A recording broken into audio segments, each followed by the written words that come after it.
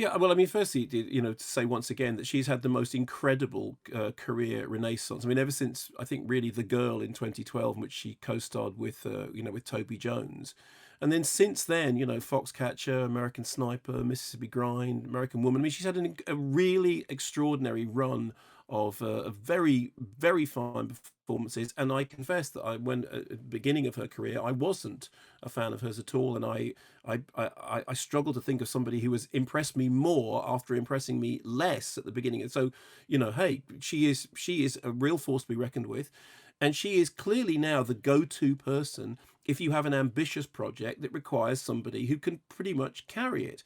And when she said that thing about, it was very honestly, she said, unhappiest experience. I can imagine what the reason for that may well be, because you find yourself in the middle of a movie and wondering whether or not it's going to hang together.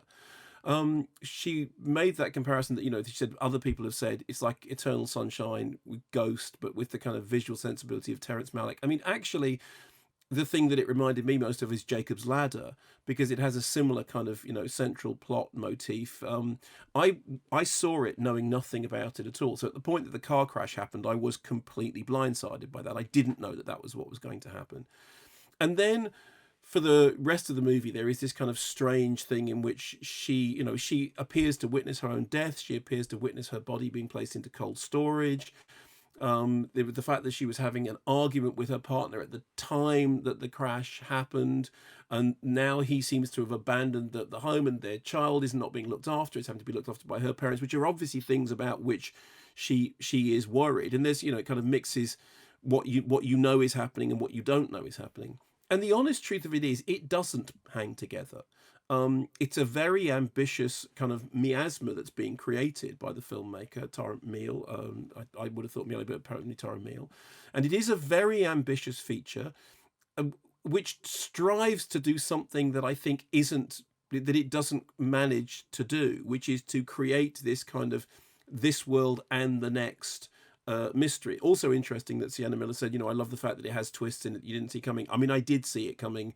Not that it's not like, okay, you solve the puzzle, therefore the movie is without value, because there's plenty of movies in which you see twists coming that doesn't matter. I think the performances are very strong, clearly very committed performances, and again, I can understand, because essentially what the film is about grief and trauma and shock. So therefore, if you are throwing yourself into it, that is going to be something which is hard work. But I think that experience was more, at least this is the way I interpret it, from the fact that you realize you're carrying a movie that actually might not come together. And incidentally, I have nothing against a movie which aims high and doesn't come together, because I've said this so many times, I would always rather see somebody do that I've than just just written take. that down. I wrote on my pad, aim high and fail. Okay, Far fine. better, far better. But no. Far better. I'm agreeing. I've learned. Yeah, See, I mean, I think it's ambitious. I think it's an ambitious failure. But that doesn't mean that there aren't things in it that are interesting. I mean, her performance is great. But I now struggle to remember a bad performance that Sienna Miller has given.